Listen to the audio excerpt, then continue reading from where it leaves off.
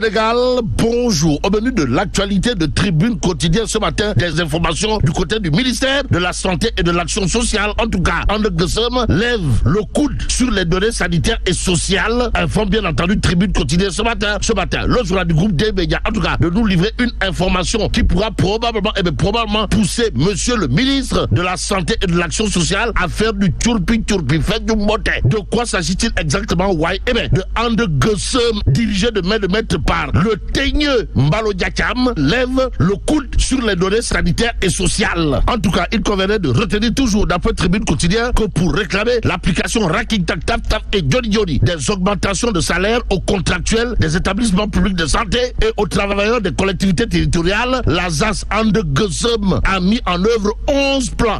11 plans d'action jalonnés de grève et de boycott de tous les programmes de santé. En tout cas, à la faveur d'une audience avec le Premier ministre Amadou Ba, l'Alliance avait accepté la trêve demandée par l'autorité tout en maintenant le mot d'ordre de rétention des données sanitaires et sociales. Note toujours très cependant, le journal du groupe des médias de renseigner dans une résolution parvenue, le directeur de Ande Guessem, qui s'est réuni ce jeudi 9 janvier 2025, a décidé de lever totalement le mot d'ordre de rétention des informations sanitaires et sociales, non sans engager le ministère de la Santé et de l'Action sociale dans une perspective pacifique et partagée de restituer et de remonter les données sanitaires à partir du 15 janvier 2025. À bon entendeur, salut. Et pendant ce temps, Tribune Quotidienne nous informe que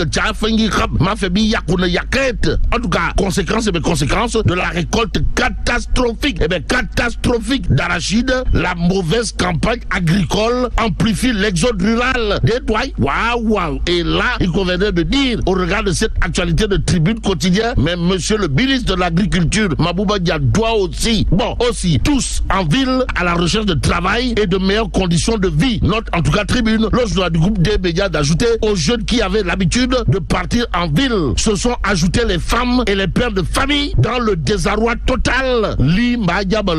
Les jeunes paysans du bassin arachidier, du Cayor, du Djolof, du Ndiambour, du Foot, obligés de rallier les centres urbains pour survivre à cause de la mauvaise, pour ne pas dire de la piètre campagne agricole, tristement matérialisée par des récoltes catastrophiques de chez catastrophiques, nous livre Tribune Quotidienne ce matin, enquête quotidienne, toujours au chapitre des tolof et des jafé de l'heure, de nous plonger dans ce qu'on peut qualifier de tension sur le marché. En tout cas, équation complexe pour Diomaye Sonko. C'est le titre qui barre la une de enquête, le journal piloté par Mohamedou Wade, mon confrère, de noter malgré une enveloppe de 53 milliards de francs CFA destinés à alléger le coût de la vie, les ménages peinent à percevoir l'impact sur le marché. Face aux tensions, les grossistes contournent les lois alimentant un commerce parallèle lucratif, ajoute enquête quotidienne avant de noter les promesses d'autosuffisance alimentaire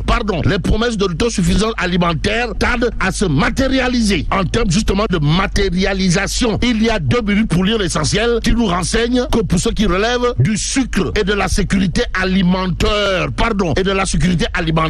8000 raisons de croire à la compagnie sucrière sénégalaise, aux Sénégalaises et aux Sénégalais. Le Soleil continue de s'intéresser à la filière lait locale. Pourquoi faire? Pour nous dire que Ndeketeyo, la filière lait locale, c'est comme qui dirait la période des vaches maigres. Et pendant ce temps, Vox Populi de nous plonger dans la révolte des Jakartaman, Diab.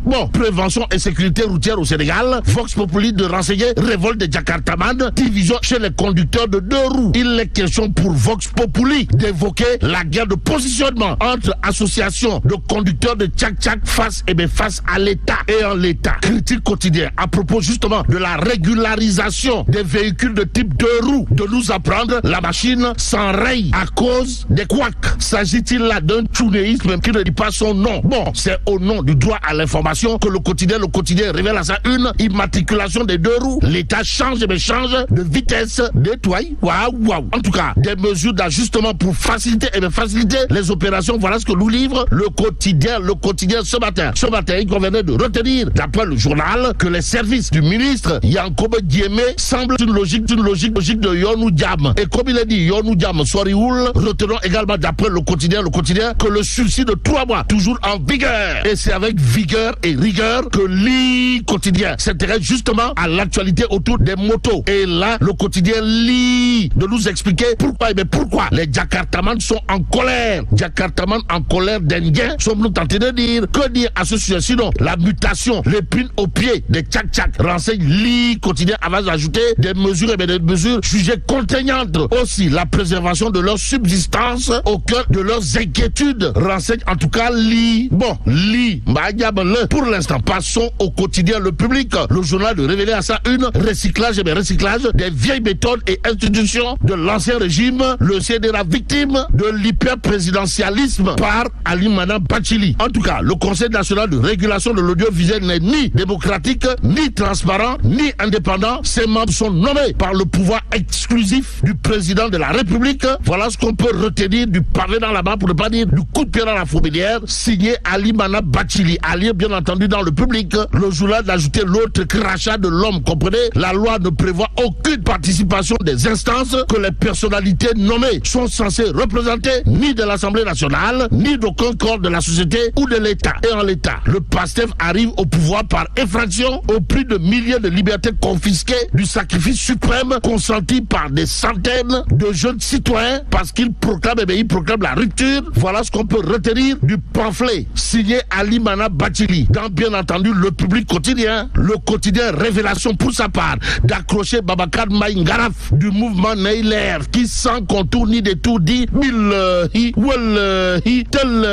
nous soupçonnons une tentative de détournement des terrains de la bande de Filao. En tout cas, pour Babacar Maïngaraf, dans Révélation, il y aurait une tentative de détournement de terrain de la bande de Filao. En attendant, passons à Wolf Quotidien ce matin qui révèle déclin de la formation politique de Macky Sall, APR, une mort programmée. En tout cas, la non-structuration et la présidentielle ont eu raison du parti, nous livre bien entendu Wolf Quotidien ce matin. Ce matin, le journal du groupe Wolf a dit de nous apprendre qu'en réalité des réalités, le nouveau patron, le nouveau maître de l'Alliance pour la République, parti fondé par Macky Sall, aujourd'hui dans l'opposition, c'est Farbangom.